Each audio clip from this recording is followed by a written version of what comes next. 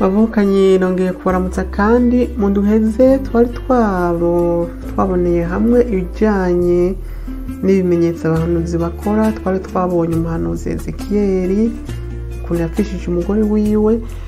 Tugomba tubone ikindi kandi karorero, kubera ko mu bitabo cyane cyane by'abahanuzi harimo ibimenyetso byinshi akandi karorero k'igisomwa aho abahanuzi bagira ibindi bimenyetso bisigura ubutumwa Imana yabatumye.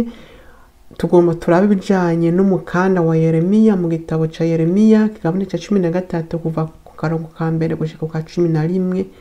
Dusoma ngo, Umukama yambwiye ati, genda ugure umukanda w'inyuzi zera uheze uwukenyerere mu mafyigo ariko ntukoze mu mazi.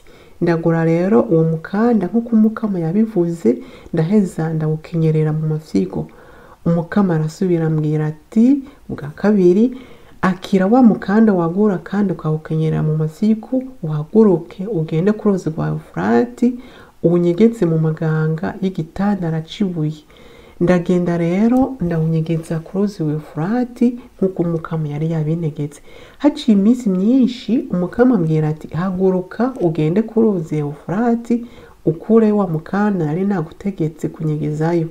Ndaheza ndagenda ku ruzi Efurati ndarondera, nakira uwo mukanda mu kibanza nari nawunyegejemwo, sanga uwo mukanda wononekaye ataco kimaze. Niho Umukama yashikiriza ijambo akavuga ati, nguku uko Umukama avuze, uko niko nzocuvya ubwishime bwa Yuda, nkacuvya ubwishime bwinshi bwa Yeruzalemu.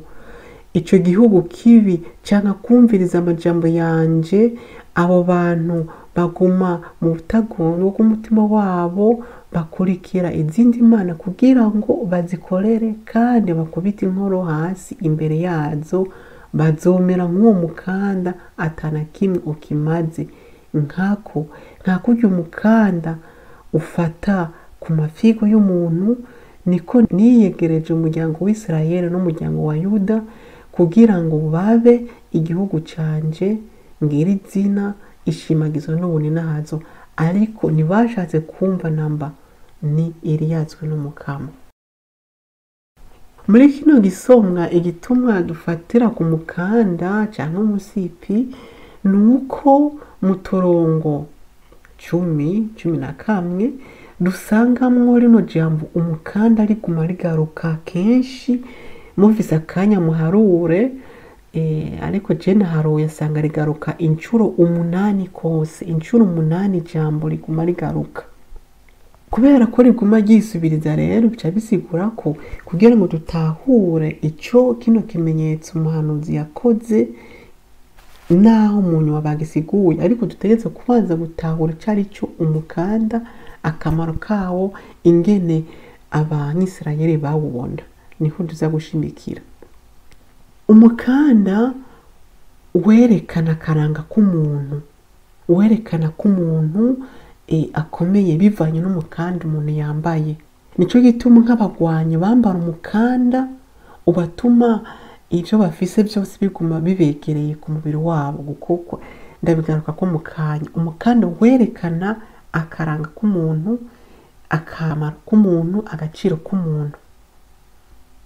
Ico gihe rero muri make twavuga yuko umukanda werekana ko ubuzima ari ingwano yamaho, dufatiye yuko abasirikare nabo nyine bakenyera urugamba. Kandi gukenyera urugamba no kuvuga gukenyera no kuvuga gushira ko umukanda umusipi. Umukanda kandi werekana ku banyisirayeli, werekana ubutumwa umuntu yahawe.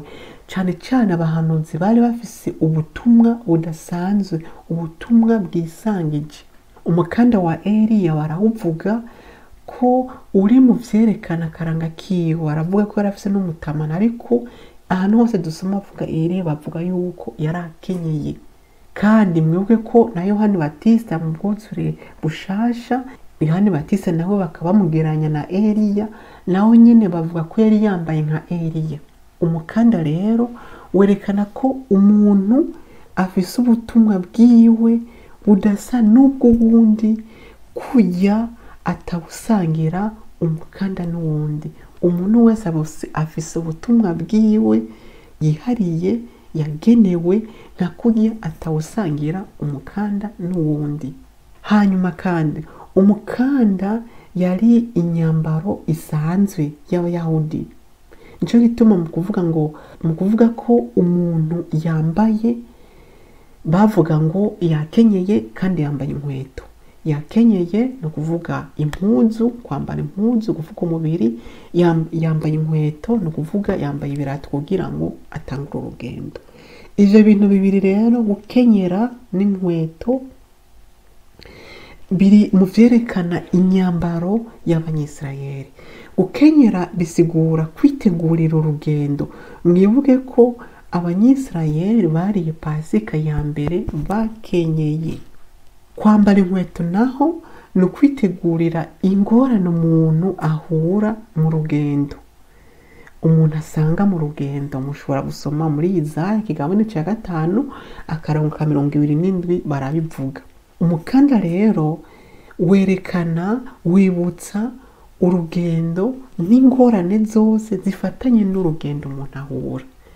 Abanyisirayeli kuri bo gukenyera no kwambara bibibutsa urugendo. Hano rero umukanda kuri bo werekana urugendo n'ingorane umuntu ashobora guhura nazo mu rugendo. Umukanda kandi tubiravye ko winjira mu nyambaro isanzwe y'abayahudi, twavuga ko atari ikintu gihambaye kubera ko vyinjira mu buzima busanzwe bwa buri munsi. Ariko aha niho nyene hafatiye inyigisho ya kino gisomwa, kubera ko Imana ica ku bintu bisanzwe, ku bintu dusanzwe dukoresha ngo itwigishe ibindi bintu bigoye kumva. Ikintu rero ishaka kubigisha hano nuko inyambaro y'abayahudi yari igizwe n'imitamana myinshi kandi miremire bizingira ku mubiri. Sinzi ngira ngo umuntu yobifatanya n'inyambaro zacu z'abakera, ariko biratandukanye gatonya, ariko bigiye gusa. Abanyisirayeli bambara ibintu bimeze nk'imitamana bizingira ku mubiri.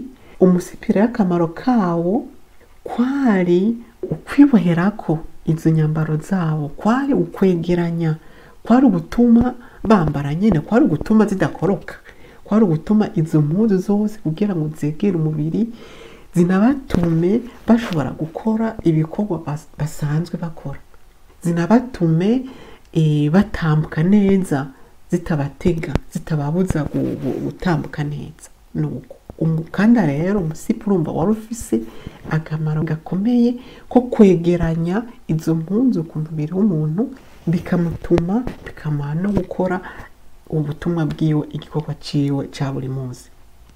Mu gisomwa rero Imana, kino gisomwa twasomye, Imana yahaye itegeko uno muhanuzi Yeremiya ryo kuja kunyegeza uwo mukanda, ariko twumvise ko mu nyuma uwo mukanda wahavuye wononekara kubera ko batari ko barawukoresha, kubera ko batari bawambaye. Bisigura rero ko akamaro kawo kari ako kwegeranya umuntu, kari ako gukenyeza kugira ngo ubuzima bwiwe bugire intumbero, kugira ngo ubuzima bwiwe bubandanye. Umuntu ahagaritse urugendo, umuntu ahagaritse ibyo asanzwe ariko arakora, umuntu ahagaritse urugamba aba atsinzwe. Kugira ngo rero utegere kino gisomwa, genda unyegeze umukanda hariya, genda uwushira hariya hamugaruke, ni ukuvuga ube ngaho udakenyeye, kandi uwo mukanda uramutse uja kure uca wononekara. Bisigura yuko nk'uko twabibonye ko igihugu c'Imana cari cahevye kugarukira Imana, kandi Imana yari yaraciboheye ko, ni ukuvuga bari bahevye isezerano nyene y'Imana. Nico kino gisoma cashaka kuvuga. Rero nashaka ndabaye ikindi gikorwa co muri ino ndwi, muje kwibaza icatumye uwo mukanda wononekara. Ko bawushize ahantu kandi mu gitandara, ko batawushize mu mazi, ko batawushize, eka sinida kubabariza ibibazo vyinshi. Genda mwibaze icatumye uno mukanda wononekara, mufatiye ko uno mukanda ari ikimenyetso cahuza ubucuti bw'Imana na Isirayeli. muce muvyiroresha ko namwe murabe ico kuri mwebwe uwo mukanda usigura. Murakoze.